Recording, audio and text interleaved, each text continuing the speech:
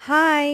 Crazy chocolate mousse cake prepare చేశాను ఈరోజు. అది కూడా 2 ఇంగ్రీడియెంట్స్‌తో యాపిల్ అండ్ చాక్లెట్ మిక్స్ చేసి చాలా పర్ఫెక్ట్‌గా వచ్చింది. ఇంత పర్ఫెక్ట్‌గా ఎలా చేసుకోవాలో ఇప్పుడు చూపిస్తాను రండి. 2-3 యాపిల్స్‌ని పీల్ ఆఫ్ చేసుకొని సన్న పీసెస్‌గా కట్ చేసుకోవాలి.